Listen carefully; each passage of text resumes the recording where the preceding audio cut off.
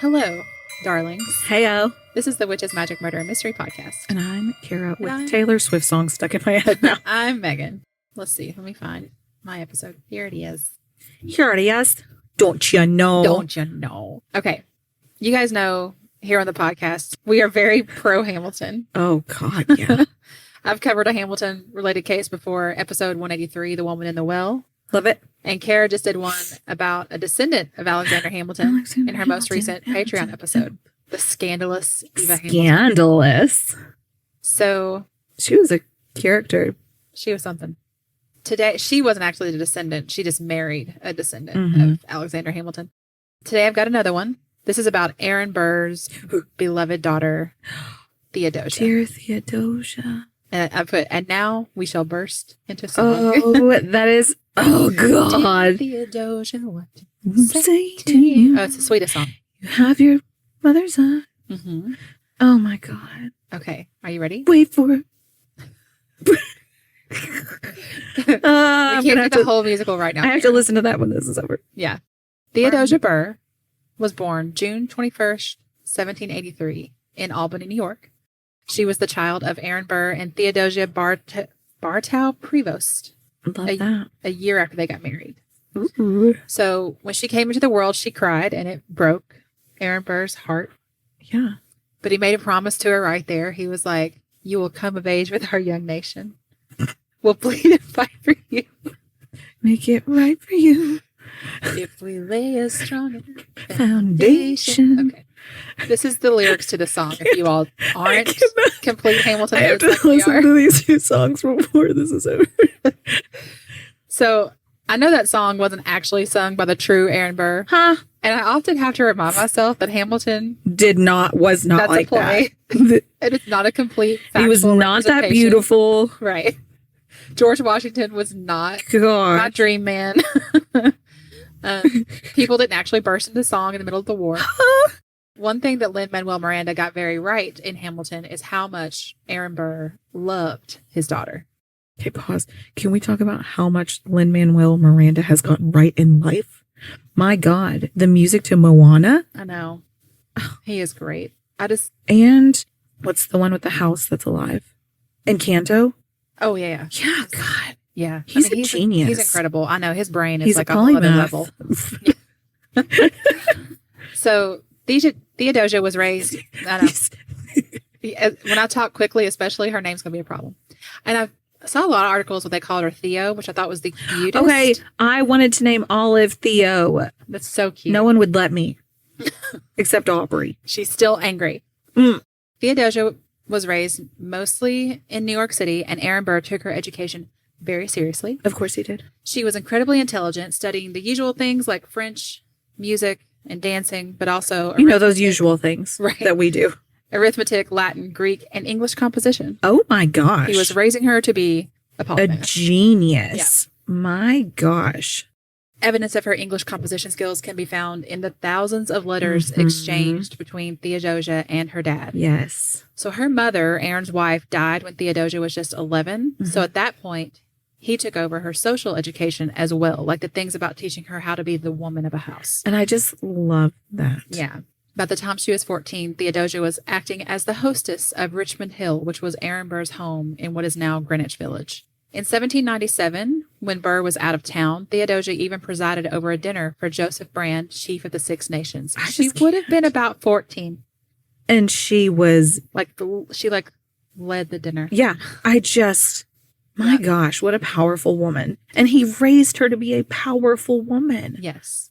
So a young Joseph Alston of the Oaks Plantation in South Carolina visited relatives who lived along the Hudson River in New York, and he fell in love with the beautiful redheaded Theodosia. How could you not? The two of them had a lot in common. They were both incredibly smart. They both loved learning. But to Aaron Burr, Joseph Alston was simply not good enough. He's garbage. For his daughter.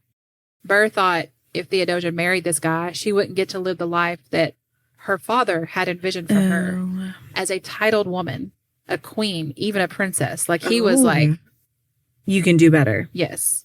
He was very against her marrying Joseph. And Joseph knew this. When he went back home to South Carolina, he wrote Theodosia letter after letter, trying to impress her with his manners, his education, his wealth. My gosh. It must not be overlooked, he wrote, that he had, quote, finished the study for practicing law at the bar before he was 20. And he owned the Oaks Plantation. He had inherited it from his grandfather. You know, Aaron was like, this guy is me. Yeah. This guy is doing what I did.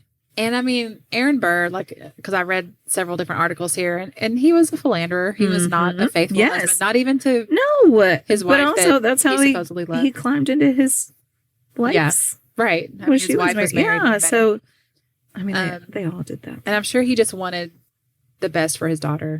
And I'm sure if he did see himself in Joseph Alston, he's like, I don't want you to marry me. Yeah. So ultimately, Aaron Burr gave his consent for his daughter to marry Joseph, but it doesn't sound like he was super thrilled about it. The two were married in Albany, New York in February of 1801. Okay. They became the first recorded couple to honeymoon at Niagara Falls. Stop. And a year later, they had a son. Really? Aaron Burr Alston. Oh. After that, Theodosia's health took a turn. I can't really find specifics about what exactly was going on. And I'm not even sure if we're talking about mental or physical health. Okay. Because I kind of wondered, like, are we talking about some postpartum depression? Yeah. Or, I mean, it's the 1700s. It could have been literally anything. Yeah. I just saw several references to her declining or fragile health. Okay. And she is so young. Right. You know?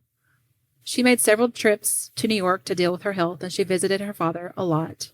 And she went on some trips with him. So, obviously, even as an adult, she remained still daddy's super girl. close to her dad. Oh, yeah. In 1807, Aaron Burr was arrested for treason. So I stopped there because I was like, is this because he shot Hamilton? No. No, it sure isn't. God, that story is wild. Yeah, so it's a long story, but basically he was rejected by his own political party, the Democratic Republicans, for opposing Thomas Jefferson in the 1800 presidential election runoff in the House. And then the other party, the Federalists, they didn't like him either because he'd killed Hamilton. So Burr was like, I'm going to get out of town. And he went west. So he goes out west and he gets involved in this plan to seize lands that would now be known as Texas, but at the time belonged to Spain. He offered Western states an incentive to join in this adventure. And all of this had been public knowledge. But then his longtime friend, General James Wilkinson, decides to abandon the plan. And he sent message back to federal authorities, including President Thomas Jefferson. So it goes, what? Yeah. And he's like, listen, Burr is trying to entice Western states to leave the Union and join him in colonizing new lands with England's support. So Jefferson alerts Congress and Burr is arrested. So again, I have to remind myself that Hamilton the musical isn't completely accurate the way everything happened, because I really want to like Burr and I really want Thomas Jefferson to be W. Diggs. Oh my and gosh. I really want George Washington to have that voice, but all of that is not the way it was. Everybody to be W. Diggs. So, and they're not, and we have to accept that, Kara. Right. God. And we have to accept that Aaron Burr was a little shady. But Megan, there is a string theory. There is a string theory that I could be connected to David Diggs. Yes. And I could too. Also, we all could. Let's all just bask in that for a moment. My God. Our life is somehow connected. Okay. So here's a quote from Kent Neumeyer's book, The Treason Trial of Aaron Burr, Law, Politics, and the Character Wars of the New Nation. Jefferson himself never doubted that Burr was a traitor. Indeed, on January 22nd, 1807, he had pronounced Burr guilty of treason to Congress and the entire nation without a grand jury indictment. So in the court of public opinion, Burr was guilty. Yeah. But then the trial came to a close and he wasn't guilty. They acquitted him. Yeah. But he fled to Europe anyway. This is like one of my favorite stories. Yeah. He just had to get away from everything that was going on here. So he goes to Europe and he stays there for 4 years. This was really hard on Theodosia. We've already talked about how close she was to her dad. And it was hard on both of them, really. While he was over there, Theodosia acted as his agent in the United States, raising money and sending it to him and communicating messages back and forth. She wrote letters to the Treasury Secretary, Albert Gallatin, and also to Dolly Madison to ensure a smooth return for her father. And she just is an incredible human. Oh, yeah. Well, and she loves her dad. Yeah. She wants him to be back here with her, so she wants to do whatever she can to make that happen. In June of 1812, while Aaron Burr was still in Europe, Theodosia's son died of malaria. He was 10 years old. And as you can imagine, she was completely devastated. My gosh, yeah. In a letter to her dad, she wrote, "My dear father, there is no more joy for me. The world is a blank. I have lost my boy. My child is gone forever." I think the world is a blank is just the saddest sentence. Yeah. Oh, gosh. So she went into seclusion, overcome with grief, and her health only worsened. When Burr finally came back from Europe in July of that year, she wasn't even able to travel to New York to meet him. So he's been gone for 4 years. And you know that if she had been in better health or had been at all able to, she would have been there to meet him as soon as he got back to the United States. But she was just so devastated. Ugh. And obviously this scared her father. And he was like, "You've got to come up here. I'll take care of you. I'll make sure you see the best doctors." And finally, she agreed. Okay. By most accounts, this probably wasn't a good idea because she was already in poor health. And at this point, the War of 1812 had begun, which meant as she sailed to New York, she would have to go past like British warships that were known to seize American vessels, plus the pirates that were known to be in the area. Not only that, but it's winter, so the weather's not great for traveling. Still, Joseph knew that his wife desperately needed to see her father, and he was worried about her too, and he wanted to do whatever he could to help her. It had been years since Theodosia and Aaron Burr had been together, so Joseph reluctantly agrees to allow her to sail to New York, even though he himself would not be able to go with her. Because at this point, Joseph Alston has been sworn in as the governor of South Carolina, which made him, forgot that. It made him the head of the state militia. Yeah. So with the war raging, he had to stay in South Carolina while she headed up north. So Aaron Burr convinced an old friend, a doctor named Timothy Green, to travel down to South Carolina by land and then escort Theodosia back up to New York by water. On New Year's Eve, 1812, Theodosia Burr Alston, her maid, and Dr. Green boarded a schooner named the Patriot. So the Patriot was a famously fast ship. It was originally built as a pilot boat, and during the war, it had been commissioned by the U.S. government to prey on English shipping. Ooh. It had been refitted in December, its guns dismounted and hidden below decks, its name painted over, basically removing any identity as a warship. Yeah. The ship's captain, William Overstocks, carried with him a letter from Joseph Alston addressed to the admiral of the British fleet, in which he asked for his wife's safe passage because of her illness. So the idea was if one of the British warships tried to take over the ship, he's like, "Listen, please, this is..." Yeah, she's sick. Yeah. The trip was expected to take 5 or 6 days. The Patriot and all those on board were never heard from again. After a few weeks, Joseph wrote a letter to Burr, devastated. He wrote, "Another mail and still no letter. I hear too rumors of a gale off Cape Hatteras in North Carolina at the beginning of the month. The state of my mind is dreadful." Oh. And Burr was, of course, equally distraught. Yeah. He walked up and down the New York waterfront, hoping for news, but there was nothing. He waited for a letter from kidnappers seeking ransom or from the British Navy, but nothing ever came. When the Patriot didn't show up as expected in New York, there was an intense search and rescue effort. The entire eastern seaboard, as far south as Nassau, was combed for the missing ship. It's crazy. She was last seen sailing across the bar at Charleston Harbor and into the Atlantic. The British fleet had stopped the ship off of Cape Hatteras on January 2nd, 1813, but her husband's letter had done what it was supposed to do, and they allowed the schooner to pass. Okay. After that, the Patriot was to follow a well-traveled sea lane, but no other merchant ships saw her. No trace was ever found of the ship, her passengers, cargo, or crew. It's generally assumed that the ship went down during a storm off Cape Hatteras, but no debris ever washed ashore that could be traced back to her. Yeah, and that's a big ship. The London government emphatically denied any involvement in the Patriot affair, stating that their ships did not seize the schooner. Joseph Alston died in 1816 at the age of 37, still mourning his missing wife. And his son. Yeah. In his biography of Theodosia Burr Alston, author Richard N. Coate, or Cody possibly, wrote, "For the rest of his life, only the broken-hearted shell of Aaron Burr walked the streets of New York. Theodosia's father and husband were probably tormented." Was it quiet uptown? I'm sure. Oh, I'm sure it was. Theodosia's father and husband were probably tormented by all the different scenarios that could have happened to their beloved Theodosia, but they both chose to believe that she died by drowning after a severe storm struck the Patriot. When someone would try to give Burr hope that his daughter was still alive, he replied, no, she's dead. Were she still alive, all the prisons in the world could not keep her from her father. Oh, gosh. Yeah. There is an Also, archaeologist. if someone was holding her captive and they knew Aaron Burr was her father, they'd be like, "Oh, we gotta get money." I don't believe that she was held captive. No. But it also depends on if they... Well, we'll get into the theories. Okay. Okay. So there's an archaeologist in South Carolina who studied the course of the storm, and they concluded that the Patriot was likely just north of Cape Hatteras when the storm was at its fiercest. If the ship managed to escape this battering, which continued until midnight, it then faced near hurricane force winds in the early hours of Sunday. Oh, wow. Given this knowledge, the Patriot probably sank between 6 p.m. Saturday, January 2nd, and 8 a.m. Sunday, January 3rd. I just took on too much water. It's still bizarre that nothing is ever found. Right. I did read, but I only read it in one article, so I'm hesitant to You don't know, yeah. But there was, I believe, in Nags Head and the Outer Banks of North Carolina, they talked about a few days or weeks after this happened, after it disappeared, a ship washed ashore that matched the description of the Patriot. But they were like, bizarrely, nobody involved with the Patriot, nobody who would have known would come investigate because they were in the middle of the War of 1812. And so they didn't care. But I'm like, if Aaron Burr knew that a ship had washed... He'd investigated himself. And so would Joseph Alston. He's right there. And I only read that account in one article. So I'm like, I don't know where they got that from. Yeah. And it seems like it would be a much bigger deal. What'd you do with the ship? Right. What'd you do with those pieces? I don't know how much credit we can put in that. If the ship didn't go down in a storm, what else could have happened? The most enduring rumors are those stating that the Patriot was captured by pirates.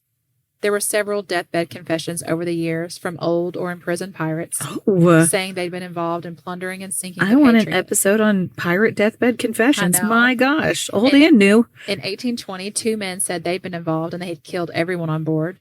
What? In 1833, a man described in detail how he had forced Theodosia to walk the plank. In the mid-1870s, a 90-year-old man who called himself Jean-Baptiste Castro claimed to have been a gunner on a famous pirate ship, and he said that Theodosia had been taken captive by the head of that pirate ship and was later killed by another pirate after resisting his sexual advances. There's really no way to prove or disprove any of these stories, so we just don't know. No. In 1869, there's a doctor who was treating a sick woman on North Carolina's Outer Banks, and he was given a portrait in payment for his services. Now, the portrait was unusually high value. It was very well done, and he could tell that by looking at it.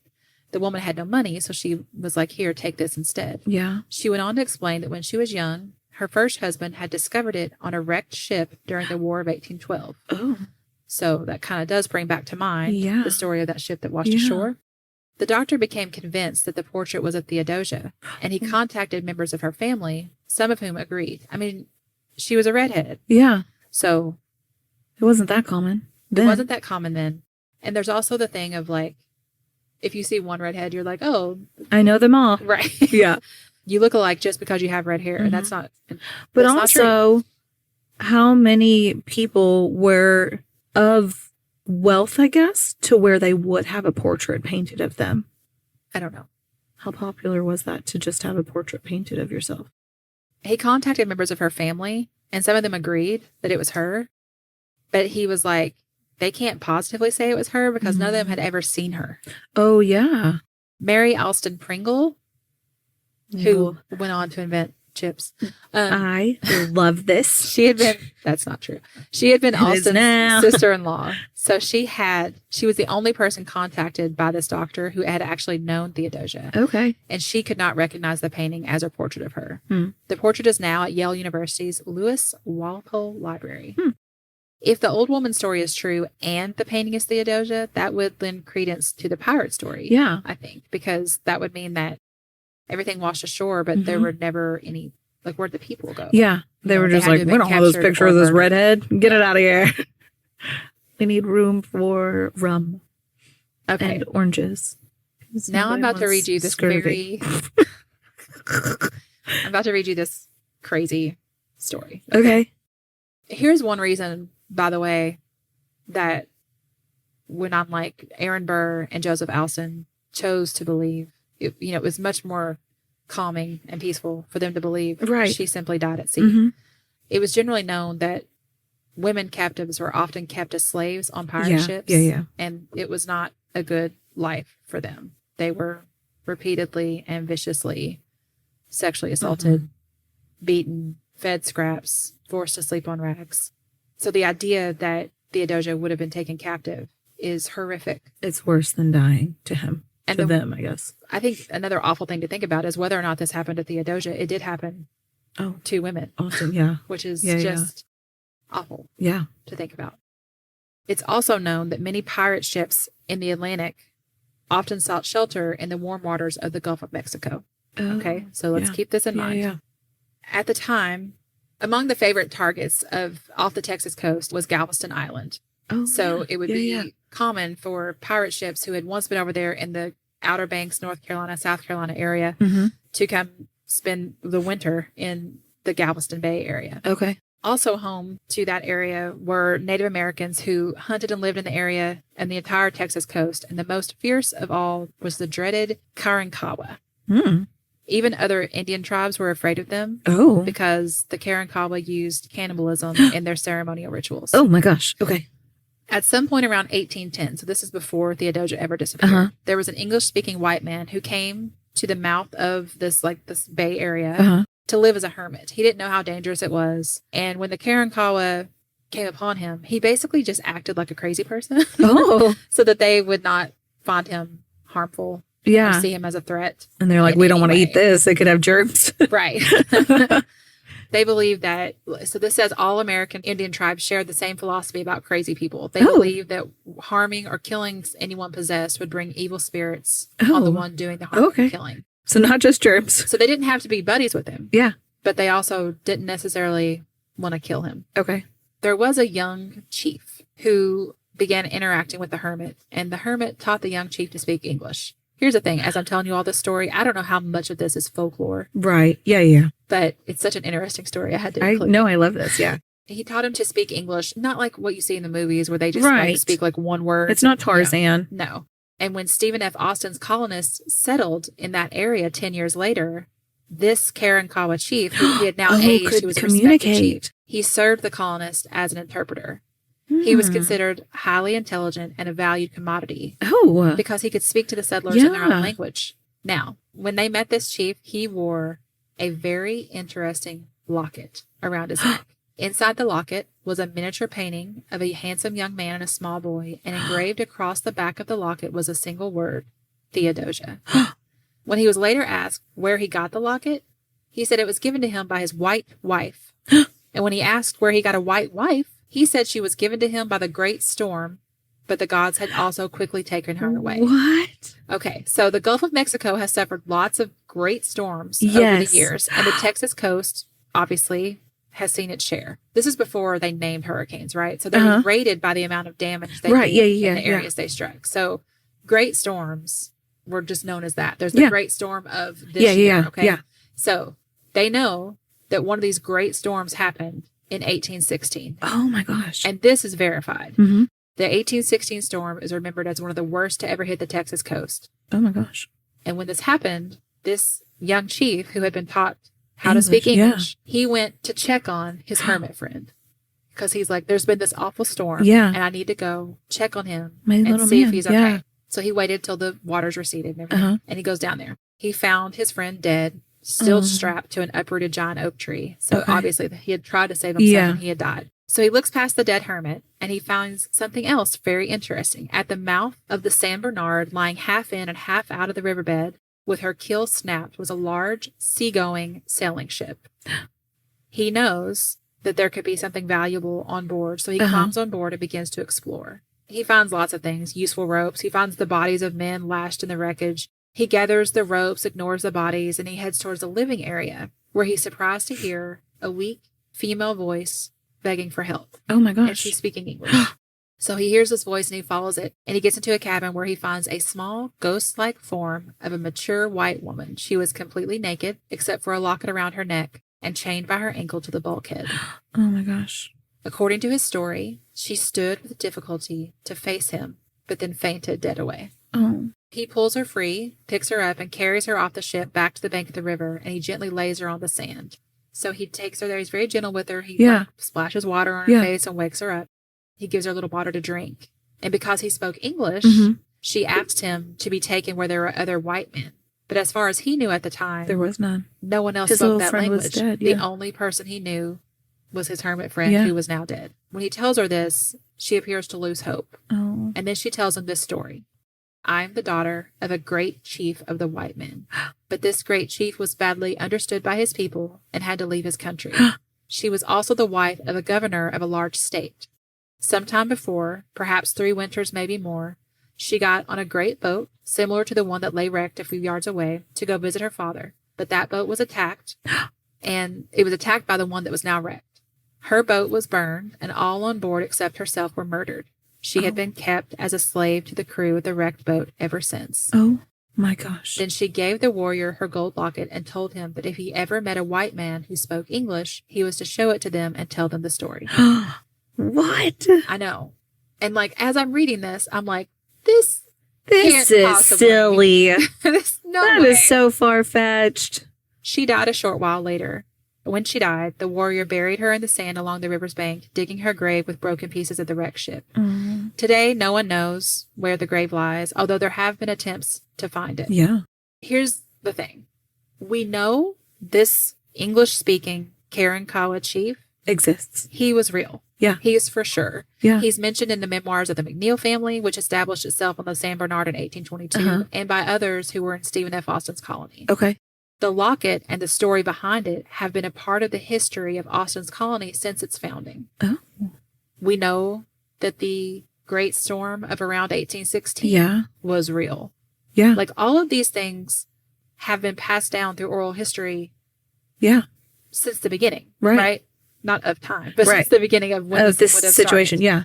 Right. It's not something that someone added in later. Right. This chief with this locket did exist. Well, and it's not like some random news article came up with it. Like, these are in historical stories. Yeah. The ship that was wrecked was also real. Oh. Noah Smithwick, in his Evolution of a State, specifically mentions going down to the mouth of the San Bernard to scavenge iron from the old wreck to use in his blacksmith business. And Colonel Huntington, who was 78 years old in 1924, says that, quote, the ship was wrecked about 1816, as far as he can remember being told. Archaeological records have confirmed the existence of several shipwrecks at the mouth of the San Bernard, and at least 2 or 3 of them are the right age to have been the ship that brought the white wife. What? I didn't know this part of the story. This is crazy. The thing is, the Karankawa Indians disappeared from the Texas coast around 1838, and no descendants are known to exist. None were ever moved to reservations. They didn't want to assimilate with the white people who would, like, run them out of their homes. They simply vanished, and nobody knows for sure where. When they left the area, the locket went with them. Oh, yeah. So without the locket, it's impossible to prove that the white wife was Theodosia Burr. But if it's not, then who was she? Yeah, how did she get her locket? What are the odds that it's a different Theodosia? Yeah. I don't know. Everybody was naming everybody that back then. Huh. I just think it's a fascinating mystery. Wow. And like I said, when I initially I started reading that Indian chief story, and I was like, I'm not even going to include this. This is not real. And you had to. Like, yeah. Well, but it could be. There are so many parts of it I think it is. Are true. I think it is true. Whether or not that's her, I don't know. I'm going with it is. Yeah. I mean, unfortunately, I hate to think about. Yeah. But I think, fascinating. Because she was powerful. She was smart the way that she gave her story. I could see her surviving. Even if it was somebody else trying to share her story, being chained, you wouldn't remember her story like that. I wouldn't think so. No. If you just knew her on a ship and you were trying to be somebody else to where you could get back to money or even just get back home because... Just have a story. Yeah. Yeah. No, I don't think so. Going through all of that mental and physical abuse, I don't think you'd be able to keep up with it. Straight. Yeah. But yeah. And she was sick. Mm-hmm. Well, but she would have been sick. Yeah. They said that the women who were kept aboard those ships were infected with all sorts of diseases. Yeah, so that's true. Not surprising. Yeah, that's true. And nobody would have taken care of her. Yeah. She was a woman. Yeah. Why would you do that? Yeah. So yeah. Oh my gosh. That's the mystery of what happened to Theodosia. Yeah. Okay. We love you. So much. Goodbye. Goodbye.